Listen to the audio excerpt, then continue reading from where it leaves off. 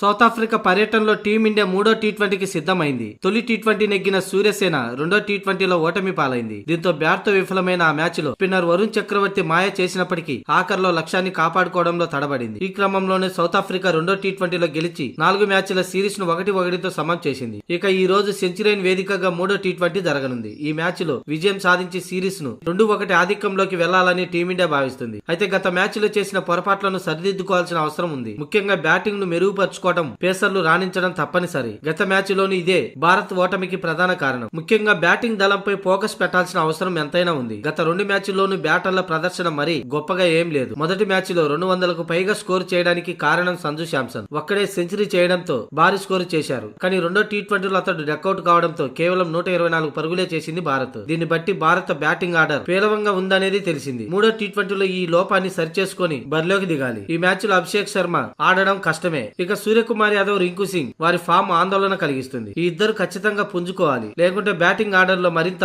Week అయిపోతుంది. ఇక bowling విషయానికి వస్తే స్పిన్నర్లు పర్వాలేదనిపిస్తున్నారు. ఫాస్ట్ బౌలింగ్ విభాగమే వీక్ గా ఉంది. పరుగులు మాత్రం దారుణంగా ఇస్తున్నారు. ఇవన్నీ సరి చేసుకుంటే ఈ రోజు మ్యాచ్ లో టీమిండియా గెలవడం పెద్ద కష్టమే కాదు. సెంచరీన్ పిచ్ పేసర్లకు అనుకూలించనుంది. పిచ్ పై బౌన్స్ అలాగే పేస్ లభించడంతో ఫాస్ట్ బౌలర్లు రెచ్చిపోయే అవకాశం ఉంది. అలాగే స్పిన్నర్లకు కూడా అదనపు బౌన్స్ ఉంది, వారికి కూడా అనుకూలిస్తుంది. కాబట్టి బ్యాట్స్మెన్ మాత్రం ఈ పిచ్ పై చెమటోడాల్సి వస్తుంది. అలాగే టాస్ గెలిస్తే చేజింగ్ తీసుకోవాలి. అప్పుడే ఈ పిచ్ పై గెలిచే అవకాశాలు ఉంటాయి.